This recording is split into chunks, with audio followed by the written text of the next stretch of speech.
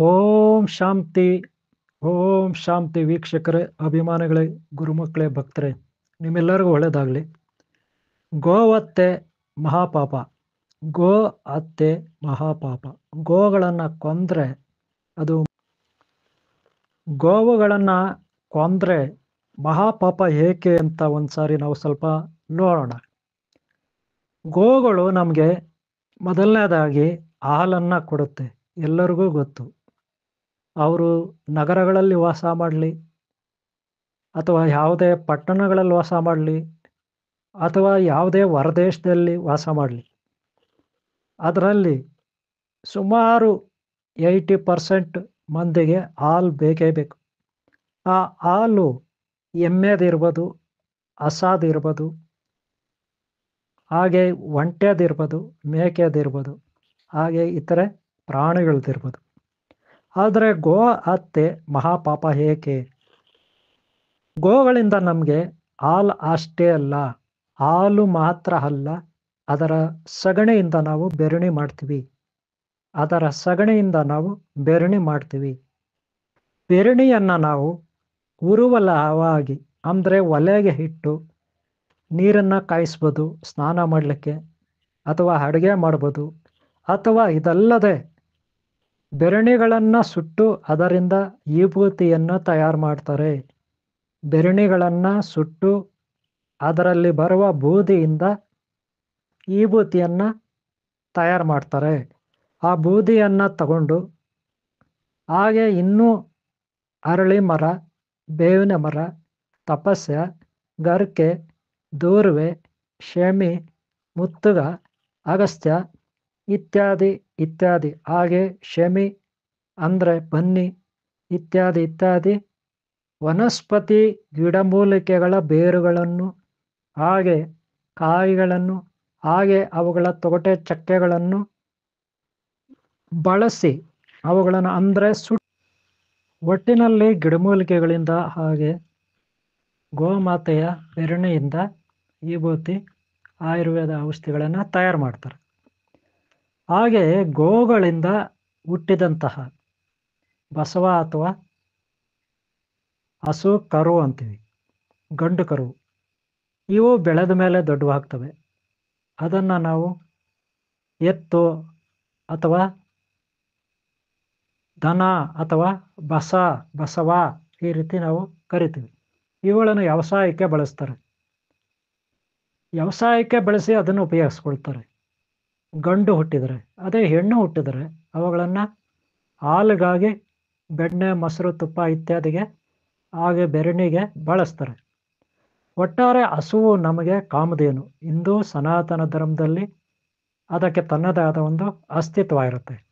ಅನಾದಿ ಕಾಲದಿಂದ ಹಳ್ಳಿಗಳಲ್ಲಿ ಅಥವಾ ಋಷಿಮುನಿಗಳು ತಮ್ಮ ಆಶ್ರಮಗಳಲ್ಲಿ ಹಸುಗಳನ್ನು ಸಾಕಿ ಬೆಳೆಸ್ತಿದ್ರು.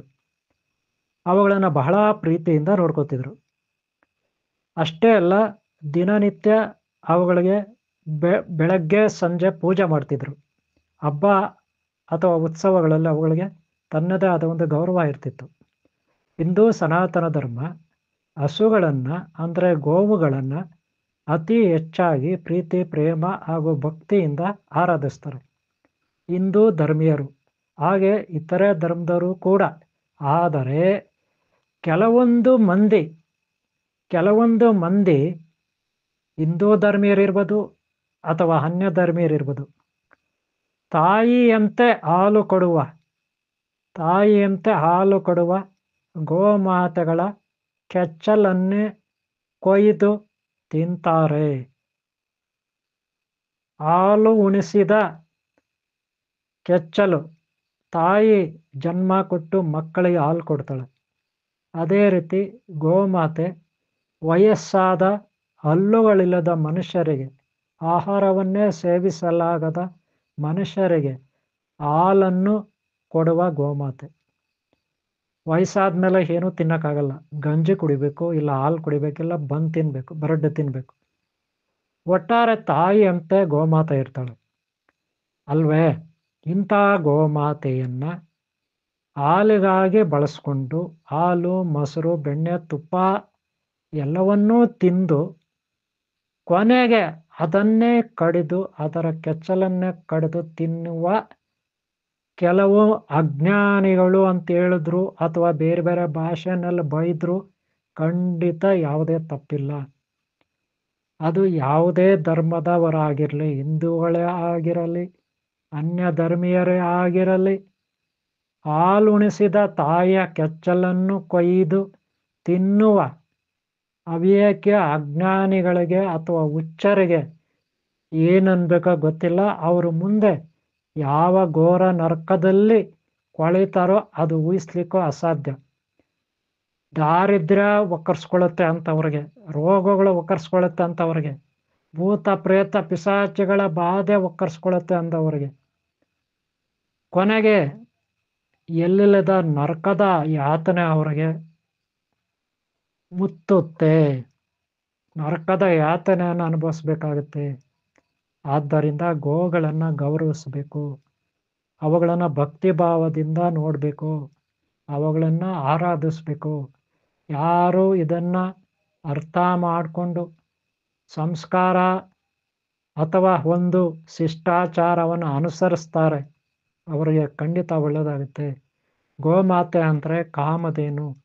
ಕಾಮಧೇನು ಅಂತ ಯಾಕೆ ಕರಿತೀವಂದರೆ, ಗೋವಿನಲ್ಲಿ ಹುಟ್ಟಿದ ಗಂಡು ಕರು ಅಥವಾ ಗಂಡು ಮಗುವನ್ನು ನಾವು ವ್ಯವಸಾಯಕ್ಕೆ ಬಳಸ್ತೀವಿ ಅಥವಾ ಬೇರೆ ಬೇರೆ ಕೆಲಸಗಳಿಗೆ ನಾವು ಬಳಸ್ಕೋತೀವಿ. ಆದರೆ ಹೆಣ್ಣು ಹುಟ್ಟಿದರೆ ಅದರಿಂದ ನಮಗೆ ಹಾಲು, ಬೆಣ್ಣೆ, ಮೊಸರು ಇತ್ಯಾದಿ ಸಿಗುತ್ತೆ. ಅಷ್ಟೇ ಅಲ್ಲ, ಅವುಗಳ ಸಗಣಿ ಏನಿದೆ ಅದರಿಂದ ಬೆರಣಿ ಮಾಡಿ ಅದರಿಂದನೂ ನಾವು ನಾನಾ ರೀತಿ ಉಪಯೋಗಗಳನ್ನು ಮಾಡ್ಕೋತೀವಿ. ಇಂಥ ಅಮೂಲ್ಯವಾದ ಕಾಮಧೇನುವನ್ನು ಕಡಿದು ತಿನ್ನೋದು ಅಂದರೆ ನಿಜವಾಗ್ಲೂ ಅದು ಅಜ್ಞಾನಿಗಳೇ ಆಗಿರ್ಬೇಕು, ಅವರು ಇಲ್ಲ ಕ್ರೂರಿಗಳೇ ಆಗಿರಬೇಕು. ಅಂಥವ್ರಿಗೆ ಮುಂದೆ ಘೋರ ನರಕಗಳು ತಪ್ಪಿದ್ದಲ್ಲ ಅಂತ ಹೇಳ್ತಾ ಈ ವಿಡಿಯೋನ ಮುಗಿಸ್ತಾ ಇದ್ದೀನಿ. ಗೋಮಾತೆಯನ್ನು ಆರಾಧಿಸುವ, ಪ್ರೀತಿಸುವ ಎಲ್ಲ ಸದ್ಭಕ್ತರಿಗೆ ನನ್ನ ಆಶೀರ್ವಾದಗಳು. ಇದನ್ನು ಅರ್ಥ ಮಾಡಿಕೊಂಡು ಕನಸು ಮನಸ್ಸಿನಲ್ಲೂ ಸಹ ನಾವು ಗೋಗಳ ಬಗ್ಗೆ ಕೆಟ್ಟದ್ದನ್ನು ಆಲೋಚಿಸಬಾರ್ದು, ಅವುಗಳ ಬಗ್ಗೆ ಗೌರವ ಇರಬೇಕು. ಹಾಗೆ ನಿರ್ದಾಕ್ಷಿಣ್ಯವಾಗಿ ನಾವು ಖಂಡಿಸಬೇಕು. ಯಾರು ಪಾಪಿಗಳಿದ್ದಾರೆ, ನೀಚ ನಿಕೃಷ್ಟರಿದ್ದಾರೆ, ಗೋಗಳನ್ನು ಕಡಿದು ತಿಂತಾರೆ, ಅಂಥವರಿಗೆ ಜ್ಞಾನ ಕೊಡಿ. ಅವ್ರಿಗೆ ಗೊತ್ತಿಲ್ಲದೆ ಇರ್ಬೋದು, ಗೊತ್ತಿಲ್ಲದೆ ಅವರು ತಪ್ಪು ಮಾಡ್ತಾ ಇರ್ಬೋದು, ಅವ್ರಿಗೆ ಜ್ಞಾನ ಕೊಡಿ. ಇಷ್ಟು ಹೇಳ್ತಾ ನಾನು ಈ ವಿಡಿಯೋ ಮುಗಿಸ್ತಾ ಇದ್ದೀನಿ. ಇದೊಂದು ಸಣ್ಣ ಮಾಹಿತಿ. ಯಾರೋ ಒಬ್ಬರು ಪ್ರಶ್ನೆ ಕೇಳಿದ್ರು, ಗೋಗಳ ಬಗ್ಗೆ ಮಾಹಿತಿ ಕೊಡಿ ಸ್ವಲ್ಪ, ಗೋಮಾತೆ ಬಗ್ಗೆ ಒಂದು ವಿಡಿಯೋ ಮಾಡಿ ಗುರುಗಳೇ ಅಂತ. ಆದರೆ ಬೇರೆ ದೇಶಗಳಲ್ಲಿ ಒರಿಜಿನಾಲಿಟಿ ಗೋಗಳಿದೆ. ಉದಾಹರಣೆಗೆ ಆಫ್ರಿಕಾದಲ್ಲಿ, ಹಾಗೆ ಇತರೆ ದೇಶಗಳಲ್ಲಿ ಒಳ್ಳೆ ಒರಿಜಿನಾಲಿಟಿ ಹಸುಗಳನ್ನು ಇಟ್ಕೊಂಡಿದ್ದಾರೆ. ದುರಾದೃಷ್ಟ ಅಂದರೆ ಒಂದು ಕಾಲದಲ್ಲಿ ಭಾರತದಲ್ಲಿ ಹಿಂದೂ ಧರ್ಮ ರಾರಾಜಿಸ್ತಾ ಇತ್ತು ಗೋಗಳಿಂದ, ಒಳ್ಳೆ ಗೋಗಳಿಂದ, ಉತ್ತಮ ತಳಿ ಗೋಗಳಿಂದ, ಉತ್ತಮ ತಳಿ ರಾಸುಗಳಿಂದ. ದುರಾದೃಷ್ಟ ಅಂದರೆ ಈಗ ಸದ್ಯಕ್ಕೆ ಕೆಲವು ರಾಜ್ಯಗಳಲ್ಲಿ ಒರಿಜಿನಲ್ ಉತ್ತಮ ತಳಿಯ ಗೋಗಳಿದೆ, ರಾಸುಗಳಿದೆ. ಆದರೆ ಇನ್ನು ಉಳಿದಂತೆ ಇಡೀ ಭಾರತ ದೇಶದಲ್ಲಿ ಎಲ್ಲ ಕಡೆ ಅದೇನೋ ಹೇಳ್ತಾರೆ ಕ್ರಾಸ್ ಅಂತ, ಆ ಕ್ರಾಸ್ ಹಸುಗಳಿದೆ. ಅವುಗಳ ಹಾಲು ಕೂಡ ತುಂಬ ತಿಳಿಯಾಗಿ ನೀರು ಇರುತ್ತೆ ಹಾಲು.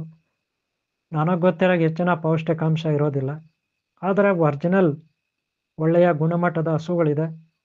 ಉದಾಹರಣೆಗೆ ಗುಜರಾತ್ನಲ್ಲಿ ಒಳ್ಳೆಯ ಗುಣಮಟ್ಟದ ಹಸುಗಳಿದೆ. ಹಾಗೆ ಆಫ್ರಿಕಾ ಇತ್ಯಾದಿ ಕೆಲವು ಕಡೆ ಒಳ್ಳೆಯ ಗುಣಮಟ್ಟದ ಹಸುಗಳಿದೆ.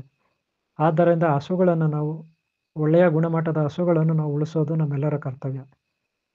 ದುರಾದೃಷ್ಟ ಅಂದರೆ ಯಾವುದೇ ಆಹಾರ ಪದಾರ್ಥಗಳಿರ್ಬೋದು, ಯಾವುದೇ ವಸ್ತುಗಳಿರ್ಬೋದು, ಇವತ್ತು ಎಲ್ಲ ಲೋಕಲ್ ಆಗಿದೆ. ಒಂದು ರೀತಿ ಚೈನಾ ಐಟಮ್ಸ್ ಅಂತಾರಲ್ಲ, ಹಾಗಾಗ್ಬಿಟ್ಟಿದೆ. ಪ್ರತಿಯೊಬ್ಬರ ಮಾತು, ನಡೆ, ನುಡಿ ವಿಕೃತ ಮನಸ್ಥಿತಿ ಆಗ್ಬಿಟ್ಟಿದೆ. ಯಾರಲ್ಲೂ ಒರಿಜಿನಾಲಿಟಿ ಅನ್ನೋದು ಇಲ್ಲದೆ ಆಗ್ಬಿಟ್ಟಿದೆ. ಎಲ್ಲಿ ನೋಡಿದ್ರೂ ಬರೀ ಹುಚ್ಚರ ಸಾವಾಸ ಆಗ್ಬಿಟ್ಟಿದೆ, ಹುಚ್ಚರ ಸಂತೆ ಆಗ್ಬಿಟ್ಟಿದೆ. ಯಾರೋ ಒಬ್ಬೊಬ್ಬರು ಒಳ್ಳೆಯವರಿದ್ದಾರೆ, ಅವರು ಈ ಹುಚ್ಚರ ಮಧ್ಯೆ ಸಿಕ್ಕಾಕೊಂಡು ವಿಲ ಅಂತ ನರಳ್ತಾ ಇದ್ದಾರೆ. ಇದು ಕತೆ. ಇರಲಿ, ಅವ್ರವ್ರು ಮಾಡಿದ ಪಾಪ ಪುಣ್ಯ ಅವ್ರ ಹಿಂದೆ ಇರುತ್ತೆ. ಸದ್ಯಕ್ಕೆ ನಾವು ಒಳ್ಳೆ ರೀತಿ ಹೋಗೋಣ, ಒಳ್ಳೆಯದನ್ನು ಮಾಡೋಣ, ಯಾವುದೋ ಒಂದು ಒಳ್ಳೆಯ ಉತ್ತಮ ಗತಿಯನ್ನು ಹೊಂದೋಣ. ನಿಮ್ಮೆಲ್ಲರಿಗೂ ನನ್ನ ಆಶೀರ್ವಾದಗಳಿರಲಿ. ನಿಮ್ಮೆಲ್ಲರಿಗೂ ಒಳ್ಳೆಯದಾಗಲಿ. ಈ ವಿಡಿಯೋ ಇಷ್ಟ ಆದರೆ ಒಂದು ಲೈಕ್ ಮಾಡಿ, ಹಾಗೆ ಸಬ್ಸ್ಕ್ರೈಬ್ ಅಲ್ಲೊಂದು ಹಾಕ್ಕೊಳ್ಳಿ. ಹಾಗೆ ಹಿಂದಿನ ಭಾಗ ನೋಡಿ, ಮುಂದಿನ ಭಾಗ ನೋಡಿ. ಓಂ ಶಾಂತಿ, ಓಂ ಶಾಂತಿ, ಓಂ ಶಾಂತಿ, ಓಂ ಶಾಂತಿ.